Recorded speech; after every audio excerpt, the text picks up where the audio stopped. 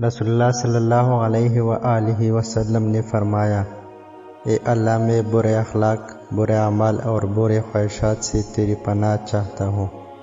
جو شخص فجر کی نماز کے بعد 100 دفعہ سبحان اللہ اور 100 دفعہ لا الہ الا اللہ پڑھے، اس کے سب گناہ معاف ہو جائیں گے، اگرچہ وہ سمندر کی جاگ کے برابر ہو۔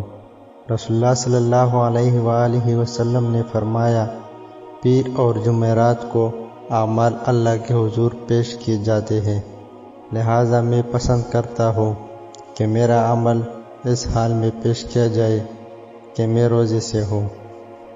رسول اللہ صلی اللہ علیہ وآلہ وسلم نے فرمایا، یہ دونوں حسن رضی اللہ تعالی عنہ اور حسین رضی اللہ تعالی عنہ میرے بیٹے اور میرے نواسے ہیں۔ اے اللہ میں ان دونوں سے محبت کرتا ہوں، تو بھی ان سے محبت کر اور اس سے بھی محبت کر جو ان سے محبت کرے۔ رسول اللہ صلی اللہ علیہ وآلہ وسلم نے فرمایا، میں نے اپنے بعد مردوں کے لیے عورتوں کے فتنہ سے بڑھ کر نقصان دینے والا اور کوئی فتنہ نہیں چھوڑا ہے۔